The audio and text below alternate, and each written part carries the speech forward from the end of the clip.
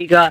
सो दोस्तों ही तो गरीब जो कमरो जो सो किरी पियो बारिश जे करे ही वीचारो हाणे ईअं ई वेठो हूंदो आहे हिते ॾींहं राति गर्मी में। सो हिन दोस्त जी हेल्प कयो। ही हलण चलण खां वीचारो माज़ूर आहे। सो ही कमरो हुन जो किरी पियो आहे बारिश जे करे। हे साम्हूं मुंहिंजो ॻोठु आहे गुलममसुमरो ऐं हेॾो साम्हूं ॻोठु आहे सोलंग जो। सो ही विच रस्ते ते हिन जो कमरो आहे ही हिते। हिन गरीब जो जेको कमरो किरी पियो आहे वीचारे जो। सो हेल्प कयो वीचारे जी। ऐं दोस्तों मुंहिंजो कमु आहे कॉमेडी वीडियो ठाहिणु। मारोमल हराम जे करे मां कॉमेडी वीडियो नथो ठाहे सघां, पर कंहिं गरीब जी थोरी घणी हेल्प करे सघां थो। मारोमल हराम में ही वीचारो माज़ूर जेको हलण चलण खां लाचार आहे। इन गरीब जो कमरो किरी पियो आहे। अचो त वधीक हिन खां पुछूं था त इन गरीब जा छा छा चवण आहे। सो हेल्प कयो वीचारे जी ऐं रोड ते जेको हिते वीचारो वेंदो ॾींहुं राति। हाणे उहो जेको आहे बारिशनि जे करे उहो किरी पियो आहे ऐं ही हिते अलम तो सिंगारे पियो। वीचारो माज़ूर आहे ऐं मलंग आहे, हलण फिरण खां लाचार आहे। सो हिन जी हेल्प कयो, मदद कयो।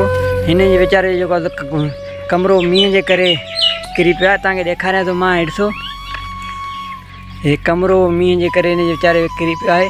बिना छत जे जेका उस गर्मी में वेठो आहे। ही मलंग अलम तो सिंगारे पियो।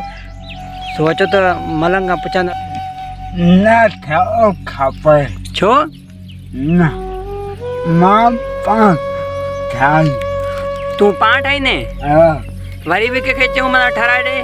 न बाबा हा मां पाण अकेला तूं पाण अकेलो ठाहींदे।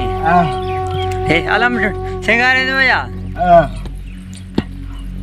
छातो लॻो पियो आहे त देव छाता हा आलो गई की व्हीलचेयर तेल भरिया व्हीलचेयर बजी पई आहे। हल चऊं था कंहिं दोस्त खे तोखे वठाए ॾींदो। सो असांजो दोस्त आसूब खे जेको सो व्हीलचेयर जी सख़्तु ज़रूरत आहे।